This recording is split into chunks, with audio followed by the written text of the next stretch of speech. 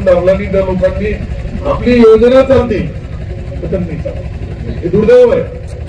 ज्यावेळेस काही नाही मिळालं त्यावेळेस आठवण येईल तर काय असतं सरकार, काय असतो आमदार, कसा असतो आमदार, हे लोकांना कळायला पाहिजे. आपले लोक आले सकाळी, नहीं सर ये अपना है, ये ऑपरेशन ने मुझे बहुत परेशान करके जा रहा है, अभी गर्दी सब खत्म हो गई और 1,38,000 ये आखिरी के वोट है, लास्ट. इसके आगे कोई और बदलने की ताकत नहीं है किसी को, मुझे मालूम है. ज्यांनी जिल्ह्यामध्ये सर्वात जास्त मतं मला आहे.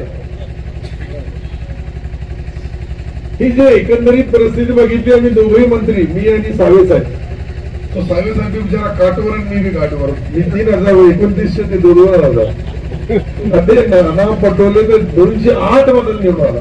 आता मुख्यमंत्री बनणाऱ्या लोकांचे हाल आहे. साहेब थोडा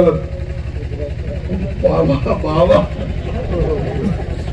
म्हणजे राजकारणामध्ये काही राजकारण जे चालू आहे तो भविष्यामध्ये घातक राहील.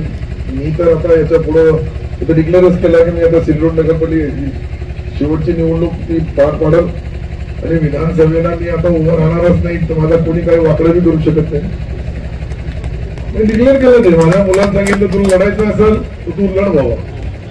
आपल्याला लोकांना विकास नाही पाहिजे, लोकांना काहीच नाही पाहिजे, लोकांना फक्त जातीवाद पाहिजे.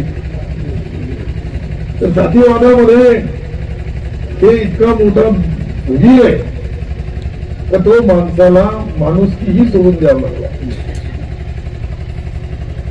मी आज डिक्लेअर केलं होतं की मी सिल्लोडची विधानसभा पुढे लढणार नाही.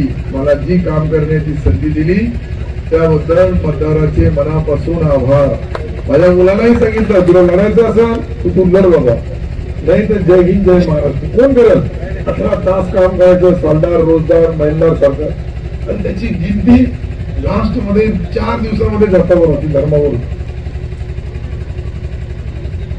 आणि पण 10-5 रुपये ज्यांना मत दिले त्यांच्याकडून मी आणायला पाहिजे ना. ते नाही येता येणार, ते 10 रुपये आणणार नाही, 10 लाखाचा निधी आणणार नाही. लोक मरतात तर त्याला कफन बी देत नाही.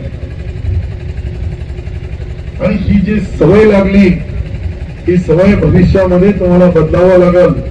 नाही तर राजकारणामध्ये कोणी कोणाचा विश्वास ठेवणार नाही, कोणी कोणाला मदत करणार नाही, कोणी कोणाला काही ज्या हारीचं वाटून मदत करणार नाही. एबीपी माझा, उघडा डोळे बघा नीट.